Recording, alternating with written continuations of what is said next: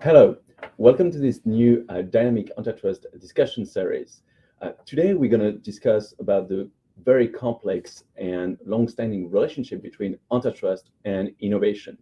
How should antitrust officials and the courts address the relationship between competition issues and innovation considerations, innovation concerns? Today, I'm more than delighted to have together with me two great experts who can approach the issue from a law and economics perspective. We have Professor Tom Lambert, who is World Chair in Corporate Law and Governance, Professor of Law at the University of Missouri. And we have Julie Carlson, who is the new Associate Director of the Schumpeter Project at ITIF, and who comes from the Federal Trade Commissions, many years at the Federal Trade Commissions. Tom, Julie, welcome to this show. Thank you. Thanks, great to be here. Thank you for joining us and having this conversation about antitrust and innovation. Everybody agrees that innovation is very important when we address the issues of antitrust enforcement. But this agreement, this consensus has emerged quite lately, because if we look at antitrust laws since their inceptions in 1890, there was not so much of concern about innovation. Main concerns was historically about price, about market power, about size of corporations. So it's very interesting to see that innovation and these dynamic concerns have gradually took importance in the antitrust enforcement. Perhaps, Tom, you can explain us how we moved away from this focus of price competition to consider some aspects which are non-price effect of competition, such as quality and innovations. Do you Sure. Well, as everyone listening to this podcast or broadcast, whatever it is, would know, competition protects consumer welfare, tends to drive prices down and enhance quality when firms have to compete against each other for consumers. And antitrust is simply the law of competition. So if you think about the paradigmatic defects in competition, when it can break down, they're really monopoly, when you have a single seller, so there's no competition, or collusion, when you have nominal competitors who agree not to compete. So the 1890 Sherman Act that Aurelien mentioned addressed these two defects in competition. Section 1 of the Sherman Act prohibits contracts in restraint of trade, that's collusion. Section 2 prohibits monopolization, the single firm conduct. The text of the antitrust statutes is remarkably sparse. And so the statutes have long been viewed as sort of a delegation to the federal courts of authority to craft some sort of common law of competition. And as they've done that over the decades, the touchstone of what competition consists of or should consist of has sort of changed. And so early on, courts were very focused on the social downsides of just big companies, bigness per se. You see this in the 1897 Trans-Missouri case where the court talked about protecting small dealers and worthy men from competition from giants. Eventually, the courts began to focus on sort of the adverse price effects of challenged big business practices, but they still kept an eye on protecting small businesses. So in 1962, in the Brown Shoe case, the court pointed out that Congress sought to promote competition through the protection of viable, small, locally owned businesses, even if the result was higher cost and prices. So we had a period of time there where antitrust was really trying to do two things: protect consumer welfare by driving down price, but also protect small businesses. Well, in the 70s and 80s, the so-called Chicago School of Antitrust Analysis became ascendant, especially after Robert Bork published his book, The Antitrust Paradox. And the Chicago School emphasized a couple of important points. One is that consumer welfare should be the sole goal of antitrust. Bork, the subtitle of Bork's book is The Antitrust Paradox, A Policy at War with Itself. And one of Bork's key points was that protecting small businesses and protecting consumer welfare are sort of incommensurate goals, because lots of times bigger companies are more efficient, they have lower costs, and therefore can pass along lower prices to consumers, et cetera. So you kind of can't accomplish both these ends at the same time. And if you have a law that tries to do that, it really amounts to just a raw act of political power. The courts can kind of decide which goal they want to pursue in any particular case. So consumer welfare should be the sole goal of antitrust. That was one hallmark of the Chicago School. And then secondly, the Chicago School emphasized that the structure of a market is not determinative of market performance. The courts had sort of bought into this SCP paradigm: structure determines conduct of firms, which determines the performance of the market. And the Chicago School pointed out that highly concentrated markets with really big firms, which don't seem competitive if you think of competition in terms of atomistic competition of a bunch of small firms, those can actually generate the greatest market output and the highest consumer welfare.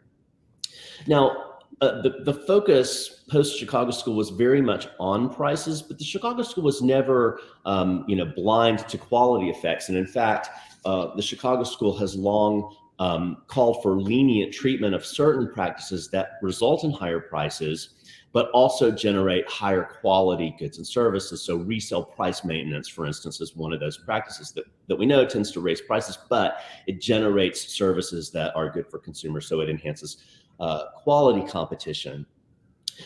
However, price effects are easier to observe than quality effects. And so in actual practice, antitrust became very focused on the narrow price effects of various business practices. So in recent years, as Aurelien mentioned, we've seen a couple of developments. He mentioned one of them. I'll start with the other development.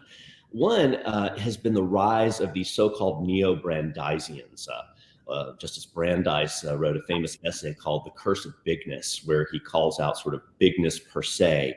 The neo-Brandeisians want to sort of return to the earlier view in antitrust, where companies are broken up just because they've become too big and powerful, regardless of the effect on consumer welfare.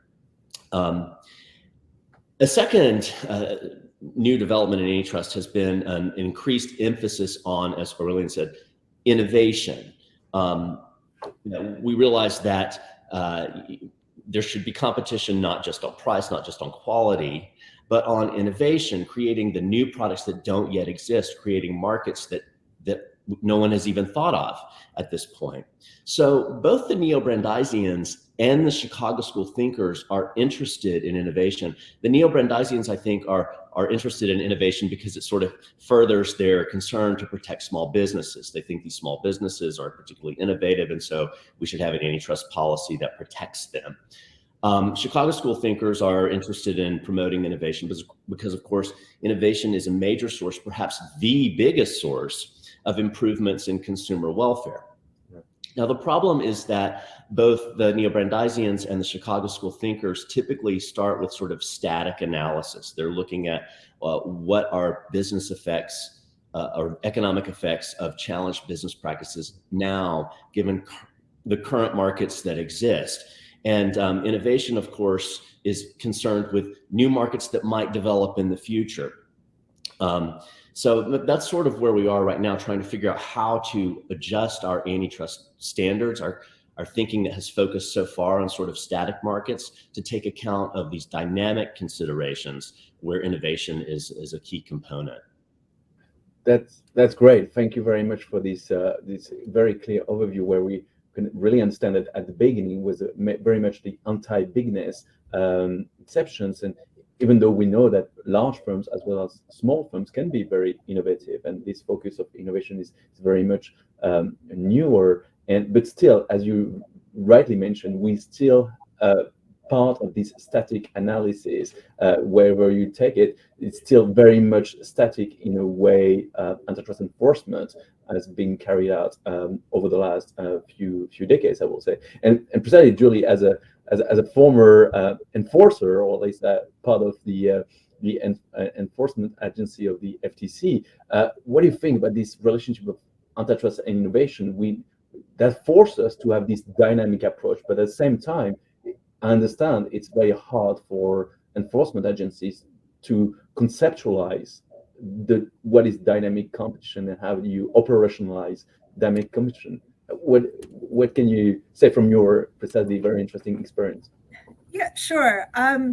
So I might start first by maybe taking a step back and unpacking a little bit this relationship between consumer welfare and innovation, because I think it's not always obvious that promoting innovation also can lead to higher consumer welfare. So when we think about consumer welfare, we're thinking about ways that in which increasing consumer welfare can take two forms. So the most obvious one, which has been sort of, I think, the focus of sort of historical or traditional antitrust, as Tom laid out, was lowering prices, right? So if consumers have to pay less, then they're better off, but also that lower price sort of forces firms to become more efficient to attract customers from their rivals.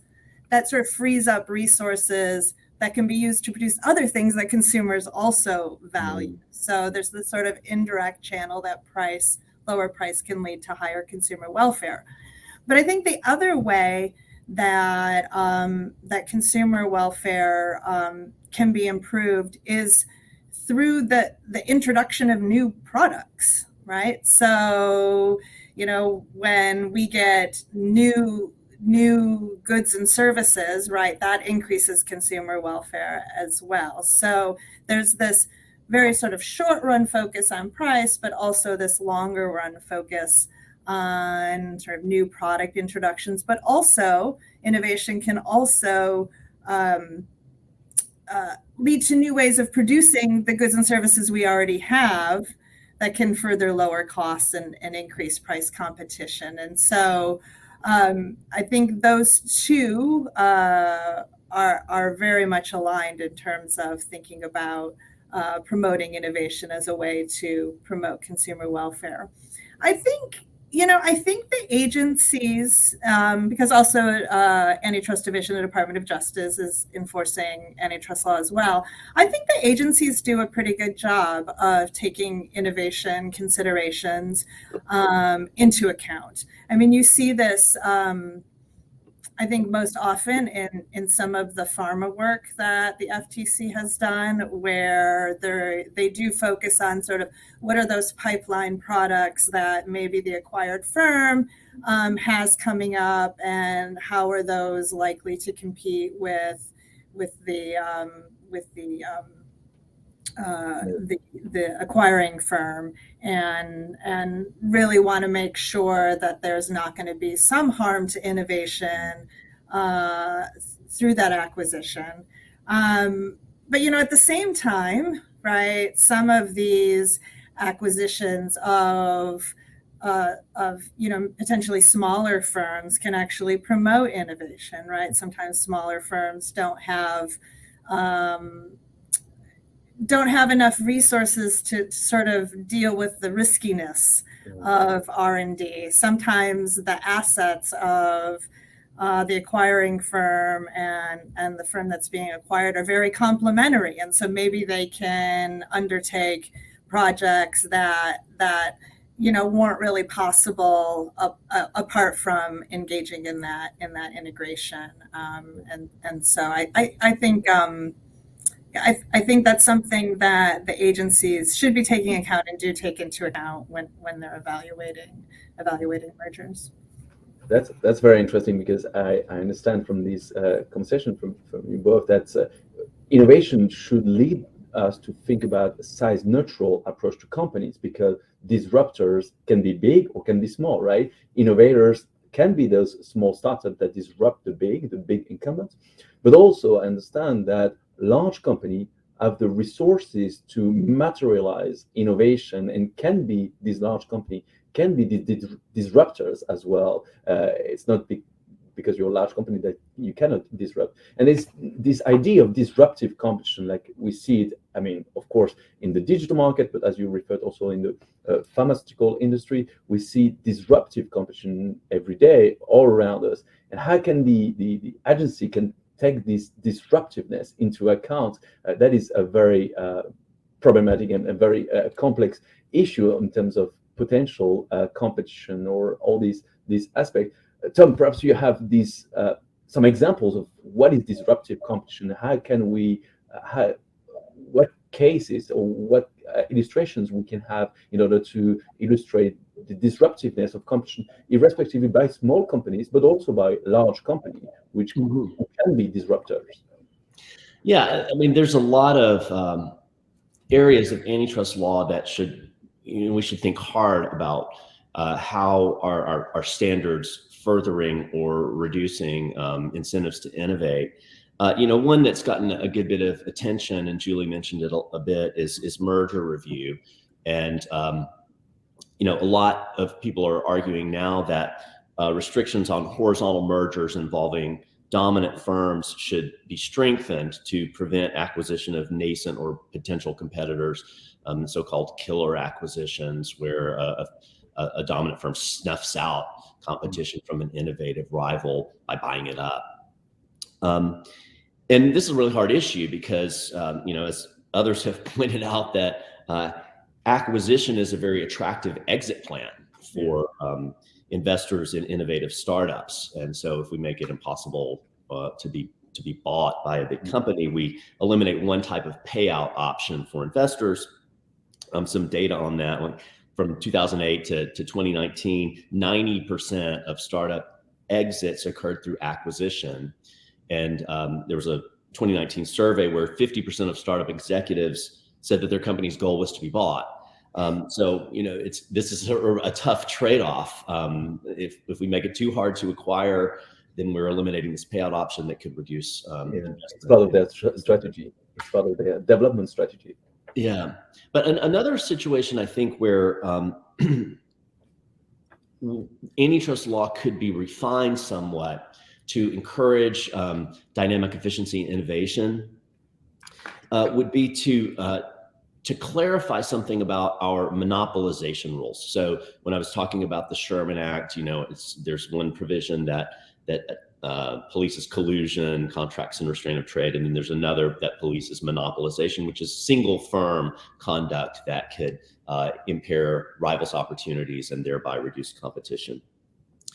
And the Sherman Act makes it illegal to monopolize a market, which has been interpreted to involve the possession of market power. So there's monopolization when a firm possesses monopoly power and then engages in anti-competitive conduct. So there's been a question about what exactly that latter element means, anti-competitive conduct. So some have argued that a firm monopolizes, a monopolist monopolizes if it makes engages in some sort of business activity that allows it to extract greater surplus from consumers. So for example, if a monopolist finds a way to price discriminate, charging higher prices to customers that value its product a lot and lower prices to customers who value it less, that allows it to extract greater consumer surplus, which in the short run seems detrimental to consumer welfare. And so a lot of people have said this sort of extractive behavior should be an antitrust violation. I think that a way to promote innovation would be to clarify that the anti-competitive conduct element of Section 2 must involve an act that not just exercises market power, allowing a firm to extract greater surplus, but actually somehow extends or enhances market power. So extraction alone is okay, enhancement is illegal. So let me tell you really quickly why I think we should draw the line like that. And I can, if you want, give an example of a case in which my approach would affect the outcome. First, let me tell you why I would draw the line like that. If you think about innovation, it requires two things. It requires the innovator to have a motivation to innovate, Innovating is costly. Research and development is costly. So you need a motivation to innovate. And then you also need to have the resources to do so. Well, allowing innovative firms to earn monopoly profits, to extract surplus, is a great way to motivate innovation. And the Supreme Court has recognized this. In the Trinco case, the court pointed out that the opportunity to earn monopoly profits is a key part of the competitive process because it's a spur to innovation. Moreover, monopoly profits are necessary sometimes to fund innovation. So you need a motive, but you also need an opportunity to innovate. Firms that are competing in perfectly competitive markets, their price is driven down to the level of their incremental cost. They don't have funds to spend on research and development. So if you look at the top 10 global spenders, or the top global spenders on research and development, if you look at the top 15, 11 of the top 15 are either technology firms that have been derided as monopolists, or they're pharmaceutical firms who have patent protections that insulate them from competition and allow them to charge super competitive prices. You need the resources to do the work. They're big and yet they innovate. Exactly. And so, I think that drawing the line for any competitive conduct at behavior that enhances market power, it extends it where it didn't exist before, is what we should do. Any activities by a dominant firm that just allow it to extract greater surplus, I would allow, because it creates the incentive to innovate, to become the monopolist in the first place, and provides the resources for R&D. I'll stop there, but I can give you an example on a case where. Julie, perhaps, thank you very much. Julie, perhaps on these innovation incentives, which Tom described very well, we need to have these. I largely agree with everything that Tom said. I think he, with a couple of different examples, sort of hit the same point, which is that there needs to be an incentive to innovate, right? And so you see that with the nascent competitors, who, these startups, their exit strategy is to be bought out. So that's sort of their reward, right? And then also with this exercise of market power, because you have a patent, or because, you've created some really cool thing that nobody else has figured out yet. And so those are really, really key. The other point I would highlight is that, in cases where innovations have been patented, sort of the technology transfer there is pretty easy, right? So we have a whole legal framework around patents, about how to license patents, about how to exclude people from practicing your patents. And so in technology areas where you don't have a sort of ability to patent because maybe the boundaries of the technology aren't very clear, it's a little bit harder to engage in technology transfer. And so some of these acquisitions that look like they're about acquiring, maybe nascent competitors, really might be more about technology transfer, to be able to sort of protect technology, where maybe the boundaries of the technology are uncertain, or that, it's not really something that can be patented. So I think it's important to think about those acquisitions in that way as well. That's a very important point, because it's not only integration for the sake of monopolization, it can be for a probability of value, and these aspects which are very important for companies.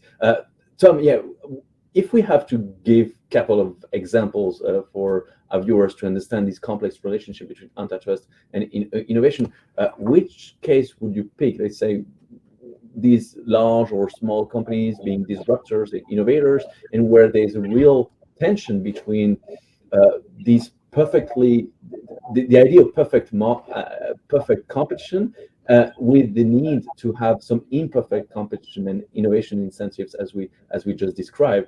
So what case would you use to illustrate? Yeah, I could give you a couple of recent cases that people might be somewhat familiar with. One is the Epic Games, a lawsuit against Apple. Epic makes this very popular video game called Fortnite, which I've never played. I had to ask my students to tell me how it worked, but the kids love it. Yeah. And Apple, of course, produces the iPhone and the iPad, all that stuff.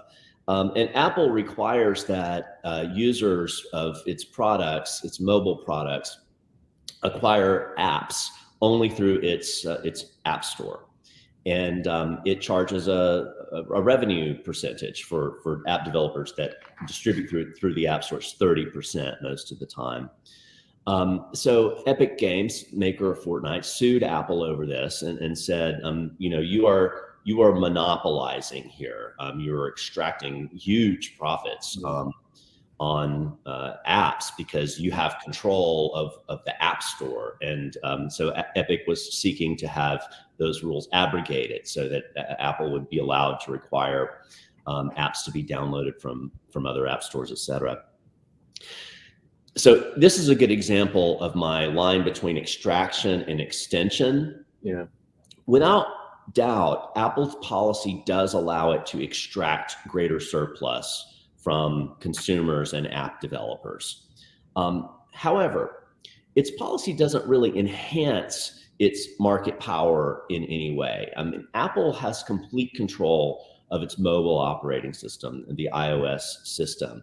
And so if the court were to come in and say, you're not allowed to have these app store policies where you take a revenue cut, Apple could very easily do that in a different way. Like it could charge app developers for access to critical APIs, the things that they need to make the operating system work.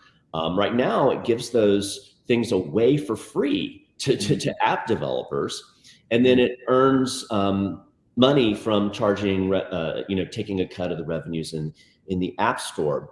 But if it's not able to do that, then it'll probably start charging for access to APIs. So, this isn't a situation where Apple's enhancing its market power. It already has the market power by virtue of its control of its operating system. It's just exercising its market power in a way that's allowing it to enhance, to collect a lot of surplus. However, the system that it's put in place really spurs innovation. So, Apple finances its app store, which provides all kinds of security benefits to users, et cetera, by collecting these revenues. And it finances the app store by collecting revenues from successful app producers. So if you produce an app that's ad supported or is free to consumers, you pay nothing. If you're an upstart and there are not that many people, buying your app, you pay very little. The people that pay the lion's share to support the App Store are successful app developers like Epic Games. Yeah. Well, they are effectively subsidizing upstarts. That's the price discrimination you referred, different prices for different customers, right? Right, exactly. And this is a subsidy to upstarts. Right. You can create your app, start it as a free app that's ad supported, and you've got all the tools from Apple to do that. You can build a new business. Yeah. And then the successful app developers help subsidize that. So, it's been wildly successful. The App Store started with 500 apps in 2008, and there's now 2.2 million. Mm-hmm. The other thing about this that I think is important is that the system creates an incentive for Apple to continually upgrade its own products, the iPad and the iPhone, to keep people on their iPad and iPhone. The more people use the iPad and iPhone, the more apps that they're going to buy, which enhances Apple's profit. So Apple is continually innovating to make its product more desirable to consumers. If Antitrust were to step in and say, okay, well, there's a static inefficiency here. If we should generate more competition in, app stores, it's going to really blow up a system that's led to a great deal of innovation. Mm-hmm. So, I think this is an example where courts should be modest. They shouldn't try to rework an industry without really thinking through all of the consequences of making the changes that they're making. Thinking about how might the current system, even though it generates significant profits for one firm, actually spur innovation. And so I think that's a good example. I've got another one, but I'll stop there. That's a very good example. Yeah. Yeah, I would add the following too, and this is something that I saw quite a bit during my time at the FTC, is I think it's important to make a distinction between sort of ex ante and ex post competition. So, right, once I have decided I'm going to be an iPhone user, right, then I am in the iPhone system, I am using iOS, I am locked into the App Store, and Apple has the ability to extract a lot from me, right? But that's a choice that I made, right? Prior to making that choice, right, there is healthy competition between Apple and Google to attract users to their products. And their products are differentiated for consumers who are really sort of security and privacy minded, right? Apple is marketing a product to them, and they're using the revenues that they collect from their users, right, to support those innovations, to come up with those innovations, to continue to protect consumer privacy and enhance security, right? Sure. So if those things are less important to you, and for some people they aren't as important, right, then, you know, there's an alternative, right, that you can choose. So while we talk about the market power that Apple has, which I 100% absolutely agree, yes, that they have market power, I just want to point out the fact that sort of ex ante, before you sort of make that choice to get locked into that system, there is competition. Yeah, that's a very interesting point, because Tom, you referred to this price, like the commission price, which is made for product improvement, and that's very much different than just extracting. So it's a price that is made for product improvement, but also a price that is charged, differentiated across app developers, right? So it's not like one price; it's also one price from one app developer that is subsidizing tens or thousands or millions of other small app developers who are not charged. And Julie's point is very important to say that there's, beyond this competition between app developers and whatever, there's also a platform competition. There's a platform competition between iPhones and Google phones, between different manufacturers. There's different level of competition. And I think this is part of precisely understanding antitrust innovation, and having a wider picture of the competitive rivalry between all these different levels of competition, the upstream, downstream competition, different aspects of competition. So that's a very interesting point. Tom, do you want to? Yeah, can I just jump in there? This is building off something that Julie said that I think is really important, is that it's also important for us to think about business model competition, and sometimes trying to, prevent every static inefficiency, every instance of super competitive pricing, or every instance of market power can thwart important business model competition that leads to innovations that consumers really like. So a case where I think we see this is in the Google case that the U.S. government, the Department of Justice, has brought, and it's similar to the EU's Android case. Right.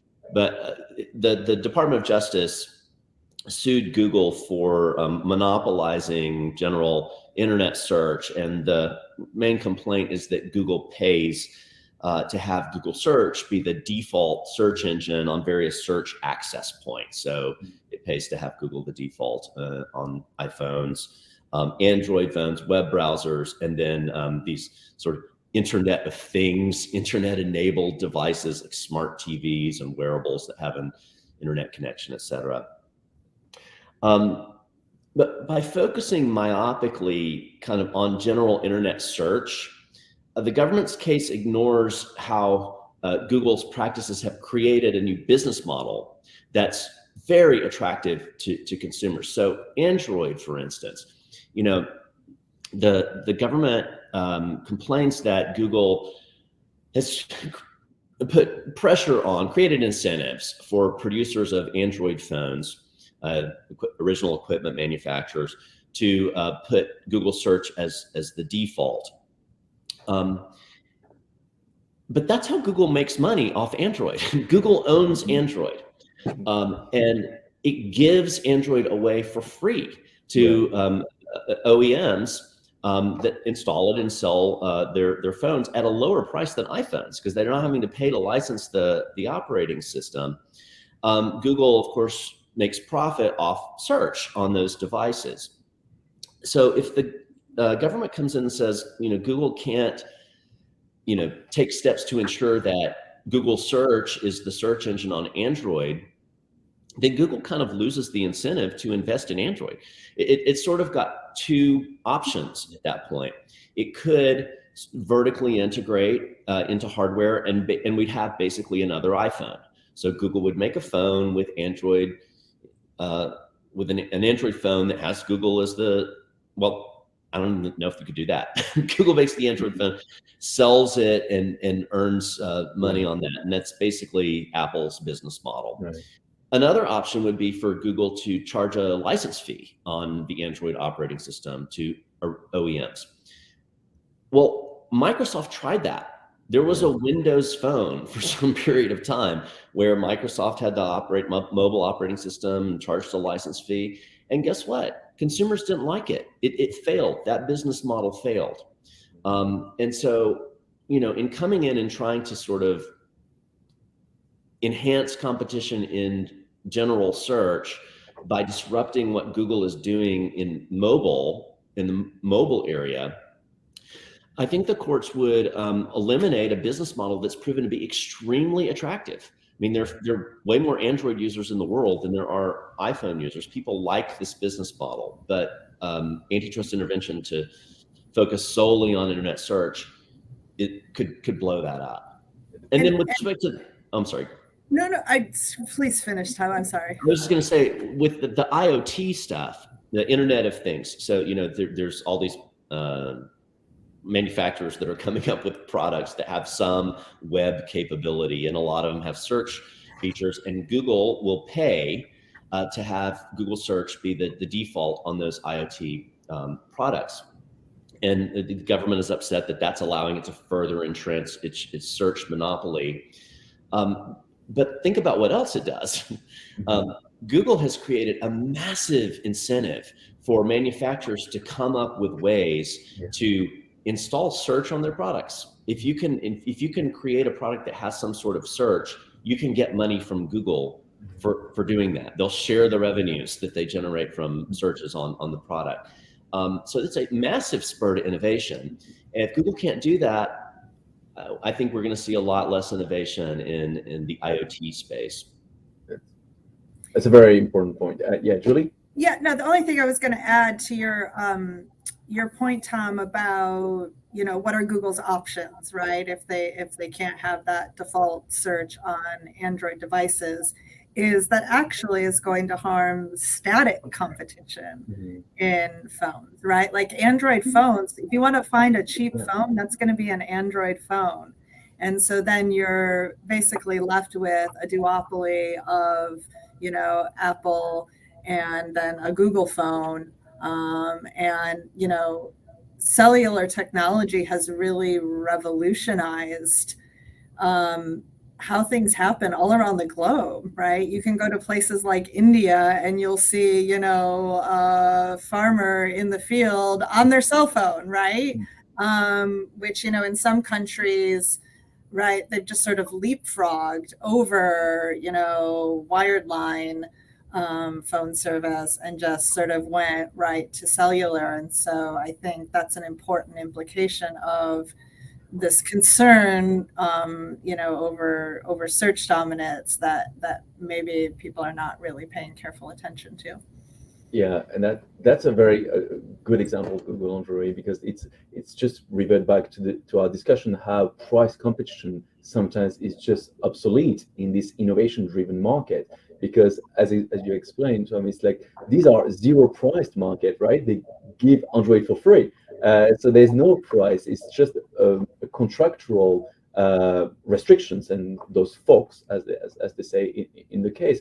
And very interestingly, if you disparage this kind of innovation, you have price brought back. And that's exactly what happened after the Google Android decision in Europe in 2018, where you had Google announced that they could charge in Europe some some manufacturers, they say that if we cannot give it for free, and there could be a price, and of course this price will be passed on consumers, and that is not something that is very good. But also what you said, the competition between business models is very important. To have a choice between different platforms is very important. So I mean, this wrap up the conversation very nicely. But I mean, we cannot talk about antitrust and innovation, this very complex relationship where there's a lot of capital, there's a lot of human capital and brain, without talking about the relationship between antitrust and IP and how you protect IDs, right? Because that's very important at the end of the day, to ensure that IDs and incentive to innovate are really protected and preserved. So perhaps, Julie, do you want to have a say about this complex relationship between antitrust and IP? How can are we at the right level of interactions, or can we still improve the way we understand the boundaries of the patent systems and the boundaries of antitrust? What is your take on that? Sure. So, I mean, so antitrust and IP I think sometimes can feel a little bit in tension, right? Because typically, right, when we think about antitrust, we're very concerned about exclusionary conduct, right? That's sort of a bread and butter part of the Sherman Act. But the grant of a patent comes with the right to exclude, right? So these two things seem a bit in tension with one another. And I think, though, that they're not really in tension, right? When you think about intellectual property, it's a form of property just like tangible property is. And antitrust applies to tangible property just applies to intellectual property just in the same way that it applies to tangible property. So where things get tricky, right, is you need to think about, is the conduct that we're seeing the normal execution of someone's intellectual property rights, right? The normal exercise of someone's intellectual property rights, or is this somehow, a company trying to extend their market power that's come from that intellectual property, right? And so this gets back to our conversation earlier about sort of the exercise of market power. I've been granted this patent, which legally allows me to exercise market power to the extent that I don't face competition. Just because I have a patent doesn't make me the monopolist, right? Because there are, many different ways to make a mousetrap, so to speak, right? And so, but we just have to be really clear when we're looking at firm conduct, are they simply exercising their legal rights under their patent, or is there something more? And just because they're exercising their market power doesn't necessarily mean that there's a cause for concern. Yeah, that's a very good point. It goes back to Tom, like the distinction between extraction of market power and expansion of market power. Tom, do you have a say on this interaction between antitrust and IP, intellectual property rights in general? Yeah, this isn't something I've studied all that much, and I'd sort of be interested in what the two of you think, because I think you know more than I do. Mm-hmm. But it seems like we've had some back and forth with the enforcers on how exercise of patents with standard essential patents should be treated under the antitrust laws. And I think my view was the view that Megan Delrahim articulated. He was the head of the antitrust division of the Justice Department, which basically is that antitrust should really not have a whole lot to say when a firm has a standard essential patent and agrees to license that patent on certain terms. That if it doesn't follow those agreements, that's really a contract issue, and it shouldn't be dealt with under the antitrust laws. I like that because antitrust it's distortive. Antitrust has treble damages, contracts has single damages. If you breach a contract and you cause a certain amount of harm, you have to pay that amount. Antitrust has treble damages. If you do something wrong and you cause harm, you pay 3 times that amount. So there are cases where it makes sense for a firm to sort of breach an agreement, and if it pays the consequences for that, I think that's the right outcome. It shouldn't be penalized in the antitrust sense for that kind of conduct. But anyway, I was just be interested to know what you all think about this approach. I know that recently the enforcers have moved back in the direction of viewing, exercise of certain patent rights as being potentially anti-competitive actions. Right. Yeah, I mean, I'll disagree with you just a little bit on this point, Yeah. Tom, but not completely. So Go ahead. You know way more than I do. Disagree away. I want to learn. Right. So I mean, sort of standard setting is sort of this unique space, right? Because effectively to arrive at a standard, whether that be for like Wi-Fi or cellular technology, firms are effectively colluding over technology choice, right? They're coming together to decide what the standard should be. And that's going to create some market power. And so as sort of the antitrust community, right, we're okay with that because we understand the benefits of standardization for consumers, right? I like that, when I call my mom on my phone, my cell phone, she can receive my call because we're all using the same technology, right? The issue is, what do you do with that market power, right? And so the trade-off is, we don't want you to be able to exercise that market power because that sort of counteracts some of the benefits from the standardization, right? So firms make these agreements to license on fair, reasonable, and non-discriminatory terms, right? We're going to let everybody have access to the technology. We're going to allow them to have access to it in a reasonable rate.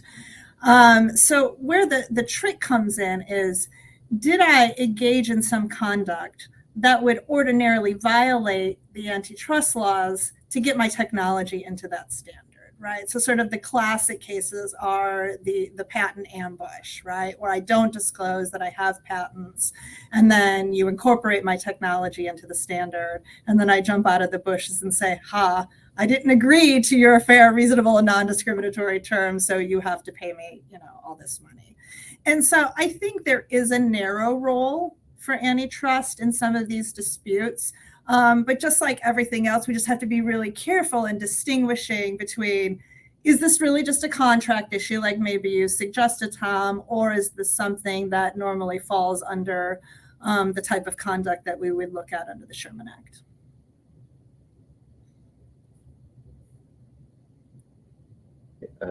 Deceit and collusion may be part of an abuse of market power, but still, I think there's a limited role for antitrust, and also clarification of the patent rules will help, right? The clarification, improvement of the patent filing, the boundaries of the patents, and avoiding patent trolls or patent ambush are very essential, which may be done by patent rules themselves, irrespectively of antitrust aspect. But there's some tensions between patent and antitrust, as we saw, and that's a very complex discussions. I mean, the DOJ is clearly interested in revising its approach. It's just published last Monday some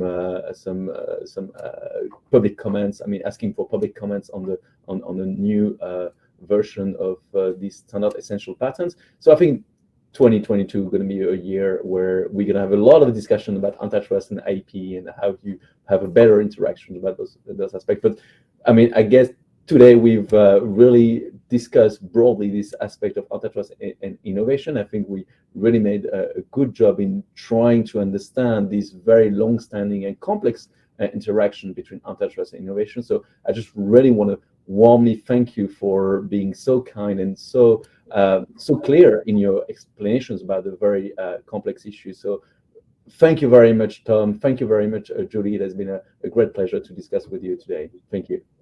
Thank you. Thanks, Aurelien. Thanks, Tom. Thank you. Have a good Christmas break. See you next year. Thank you. Bye-bye.